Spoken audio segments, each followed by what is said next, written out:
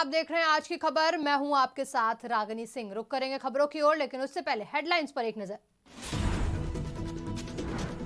मुरादाबाद पहुंचे सीएम योगी, बोले यूपी में बहू बेटियां अब सुरक्षित। कानपुर में सपा विधायक का रोते हुए हुआ सरेंडर, फेसबुक लाइव करते हुए कमिश्नर आवास पहुंचे Irfan Solanki. Sapa media cell Twitter handle पर दर्ज हुई दूसरी एफआईआर, आरएसएस पर की गई अभद्र टिप्पणी का था मामला। यूपी में 35,000 सिपाही पदों पर भर्ती, केंद्रीय विद्यालयों में भी होगी 13,000 भर्ती। सीएम योगी आदित्यनाथ आज मुरादाबाद पहुंचे। यहां उन्होंने 424 करोड़ की 30 विकास परियोजनाओं का शिलान्यास किया। इस दौरान सीएम योगी ने कहा कि आज प्रदेश में सुरक्षा का बेहतर वातावरण है। हम यूपी में किसी के साथ भेदभाव नहीं करते। सबका साथ सबका विकास, विकास को ध्यान में रखकर भाजपा सरकार काम कर रही है। आज महिलाएं खुद को सुरक्षित महसूस कर रही हैं। यूपी में बहू बेटियां अब सुरक्षित है। उधर विरोधियों को अपराध का राज पसंद है। मुरादाबाद के हमारे हस्तशिल्पी और कारीगरों ने अपने हुनर के माध्यम से वैश्विक मंच पर अपनी प्रतिष्ठा बढ़ाई। इसके माध्यम से अपनी उस पहचान के माध्यम से न केवल प्रदेश बल्कि देश की भी एक पहचान बनी। आज उसी का परिणाम है कि घरेलू मार्केट हो या दुनिया के किसी भी भाई 25,000 करोड़ रुपए से अधिक का प्रोडक्ट केवल और केवल मुरादाबाद का होता है। और यह उपलब्धि वास्तव में एक बहुत सकारात्मक संदेश है कि मुरादाबाद के अंदर पोटेंशियल है।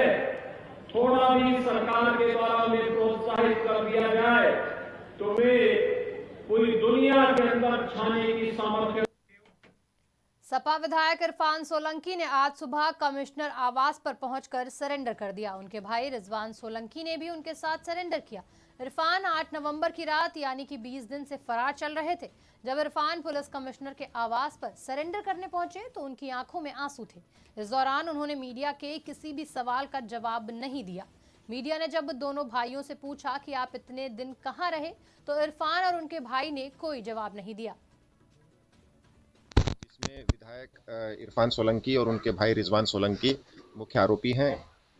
इन लोगों को लगातार पुलिस ढूंढ रही थी। नॉन अवेलेबल वारंट भी इशू किए गए थे। कई राज्यों में पुलिस ने दबिश दी थी।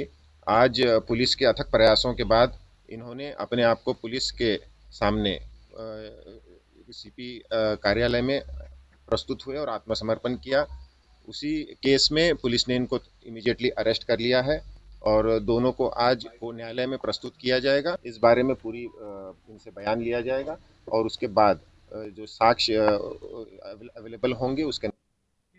ज्ञानवापी मस्जिद मामले में आज फिर सुनवाई की जानी थी, लेकिन कोर्ट कॉन्डोलेंस होने के कारण सुनवाई को टाल दिया गया। अब मामले पर अगली सुनवाई 5 जनवरी को होगी। भगवान आदि विश्वेश्वर विराजमान की नियमित पूजा वाली याचिका पर अब शनिवार को सुनवाई की जाएगी।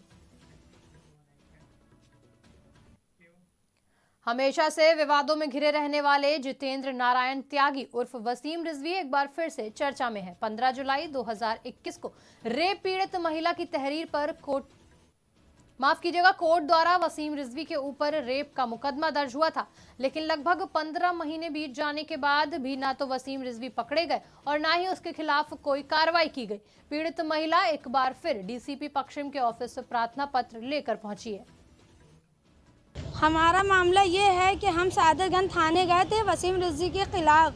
उसने मेरा बलात्कार किया। मुझको वहाँ से जो है इंसाफ नहीं मिला, तो हम यहाँ डीवीसी सर के यहाँ आए हैं और जो है हमने उनके व्हाट्सएप पे मेरे जो वकील हैं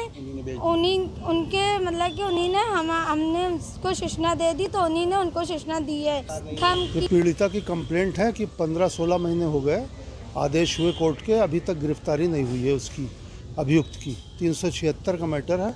कोर्ट के आदेश के बाद 15 जुलाई 2021 को एफआईआर दर्ज हुई थी थाना सादतगंज में, धारा 376 और सेक्शंस में। डीसीपी साहब को भी फ़ोन किया था कहने हम फील्ड पर हैं, हमें अपनी शिकायत व्हाट्सएप पे दे दीजिए, मैं गिरफ्तारी कराऊंगा। इनके ऊपर बहुत से आपराधिक मुकदमे हैं, लंबित है। अभी जेल भी ये गए थे हरिद्वार के मैटर में, सुप्रीम कोर्ट से जमानत पर। एटा के सकीट थाना क्षेत्र के गांव भगवंतपुर में ग्रामीणों द्वारा पुलिस पर हमला करने का मामला सामने आया। पुलिस कमिश्नर के आदेश पर कब्जा छुड़ाने के लिए की गई इसी दौरान ग्रामीणों ने पुलिस पर हमला कर दिया। इस हमले में एक पुलिसकर्मी और पीआरडी का एक जवान घायल हो गया। गांव में तैनात को देखते हुए 3 थानों की वहां तैनाती कर दी गई। पुलिस ने 2 दर्जन से ज्यादा हमलावरों के खिलाफ मामला दर्ज कर लिया और इनकी गिरफ्तार के लिए छापेमारी कर रही है।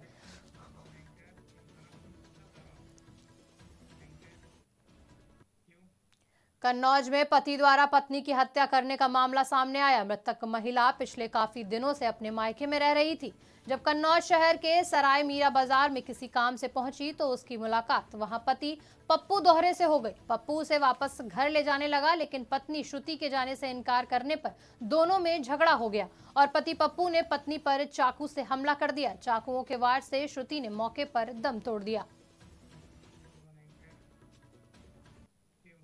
कुशीनगर के हाटा कोतवाली क्षेत्र में नेशनल हाईवे पर एक बड़ा हादसा हो गया। इस हादसे में एक व्यक्ति की मौत हो गई। बताया जा रहा है कि एक बेकाबू ट्रक ने गन्ने से लदी ट्रैक्टर ट्रॉली में टक्कर मार दी, जिससे वो हवा में उछल गई और एक किसान की इसमें मौत हो गई और अन्य किसान बाल बाल बच गए।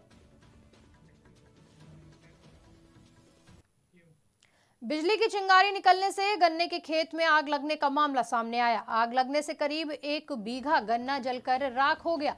किसानों ने बिजली विभाग के कर्मचारियों पर लापरवाही का आरोप लगाया। काफी घंटों की मशक्कत के बाद आग पर काबू पाया गया। घटना चांदपुर थाना क्षेत्र के खेड़की गांव की बताई जा रही है। हमारे खेत में आग लग गई है इस पोल की वजह से। ये विद्युत विभाग वालों की लापरवाही है। ये तार पोल से टच हो रहा है, इससे चिंगारी लगी और नीचे खेत में आग लग गई। हमें सूचना मिली, हमने मिट्टी से और भरे के पानी से आग बुझाई और बड़ा खतरा होते होते टल गई। अमरोहा के हसनपुर कोतवाली क्षेत्र के सिहाली गांव में हाई टेंशन लाइन की चपेट में आने से एक व्यक्ति की झुलसने से मौत हो गई। युवक को करंट लगने के बाद ग्रामीणों में अंधविश्वास के चलते युवक को मिट्टी में दबा दिया गया। घरेलू उपचार के बाद परिजन उसे अस्पताल लेकर गए।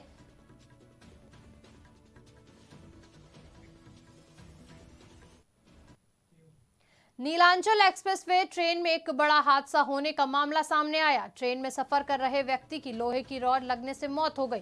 रेलवे ट्रैक पर इन दिनों मरम्मत का काम चल रहा है। इस दौरान ट्रेन में सफर कर रहे 35 वर्षीय व्यक्ति हरकेश को लोहे की रॉड लग गई और उसकी मौके पर ही मौत हो गई। पुलिस ने शव को कब्जे में लेकर पोस्टमार्टम के लिए भेज दिया। घटना गभाना थाना इलाके के सोमना रेलवे स्टेशन की बताई जा रही है। हरदोई शहर के कोतवाली क्षेत्र के ओवरब्रिज के पास 2 ऑटो को चालकों में मारपीट का मामला सामने आया। बताया जा रहा है कि पहले दोनों के ऑटो आपस में टकरा गए थे। इसी बात को लेकर वो आपस में भिड़ गए और एक ऑटो चालक ने दूसरों को जमकर पीट दिया। इसी मारपीट का वीडियो बनाकर अब वायरल किया गया है। श्रावस्ती में चोरों के हौसले इन दिनों बुलंद हैं और चोरों को पकड़ने में पुलिस नाकाम है। चोर दिन दहाड़े चोरी कर रहे हैं। ग्रामीणों ने उस वक्त एक चोर को पकड़ा जब वो घर के से धान और नल की चोरी कर रहा था। तभी उसे पकड़ लिया गया और रस्सी से बांधकर उसकी जमकर पिटाई कर दी गई। मौके पर पहुंची पुलिस ने बंधक बने चोर को ग्रामीणों से छुड़वाया और अपने हाथ थाने ले गए। राजधानी लखनऊ में इन दिनों ट्रैफिक पुलिस द्वारा अभियान चलाया जा रहा है। बिना हेलमेट पहने वाहन चालकों के खिलाफ कार्रवाई की जा रही है। शहर के व्यस्तम चौराहों पर यह अभियान चलाया जा रहा है। देखिए, यहाँ पर हम इस समय लोगों को हेलमेट पहनने के लिए अवेयर कर रहे हैं और इस बात पर बल दे रहे हैं कि वो अपनी सुरक्षा के प्रति जागरूक रहें, ट्रैफिक नियमों का पालन करें, हेलमेट ज़रूर लगा के चलें ताकि यदि कहीं गलती से एक्सीडेंट हो जाए तो उनका सर सुरक्षित रहे। उनको यही जानकारी दी है कि हेलमेट लगाना कितना ज़रूरी है और उनकी लाइफ के लिए, उनके परिवार के लिए और उनके एक्सिस्टेंस के लिए। तो हम सबको अवेयर करने की कोशिश करें। फिलहाल इस बुलेटिन में इतना ही। देश दुनिया की तमाम बड़ी खबरों के लिए जुड़े रहिए आज की खबर के साथ।